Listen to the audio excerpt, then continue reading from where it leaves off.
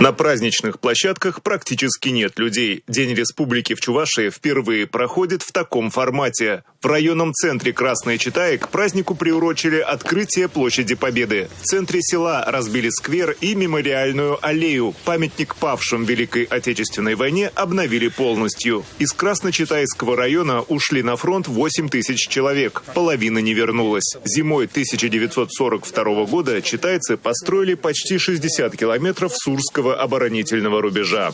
Лично для меня это особенно значимо, потому что я родился тоже в Красночитайском районе. Конечно же, 100 лет – это только изученная история чувашского народа. Но эти 100 лет уже показывают, что наши сыны и дочери чувашского народа проявляли себя достойно. В память о тех, кто сражался на поле боя и ковал победу в тылу, зажгли вечный огонь. Как только снимут ограничения, сюда будут приводить детей, чтобы рассказывать о беспримерном подвиге земляков. Ждет юных хозяев и Центр внешкольной работы «Эдкер». Образовательное учреждение для одаренных ребят создали по образу известного лагеря «Сириус». Здесь точно так же будут проходить тематические смены. Для этого лаборатории оснастили по последнему слову техники. Онлайн-курсы в «Эдкере» уже проводят, причем сразу для 3000 школьников. Дистанционно пришлось принимать поздравления и юным спортсменам. При Чебоксарском кадетском корпусе появился региональный центр развития хоккея. Это первый объект в Чувашии, построенный в рамках федерального проекта «Спорт. Норма жизни». Здесь будут тренироваться и играть детские и юношеские команды. А с нового учебного года откроются хоккейные классы. Очень рад тому, что открылся этот ледовый дворец. Здесь очень хорошее ледовое покрытие. Оно отличается гладкостью. Лед очень хороший.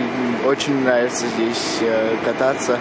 Перспективы и образования, и спорта, и социальной сферы, и промышленности, и сельского хозяйства нашли отражение в комплексной программе. Ее подготовили по решению Высшего экономического совета, нового органа, который создали в республике специально для разработки стратегии развития. Мы рассчитываем на рост среднедушевых денежных доходов населения с учетом реализации этой программы. Также мы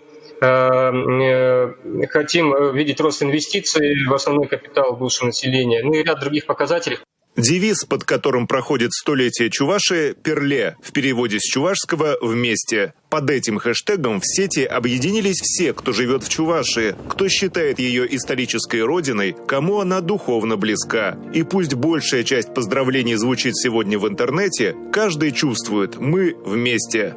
Национальное телевидение Чувашии специально для ТНВ. Все новости дня в выпуске программы «Новости Татарстана» на YouTube-канале ТНВ. Подписывайтесь.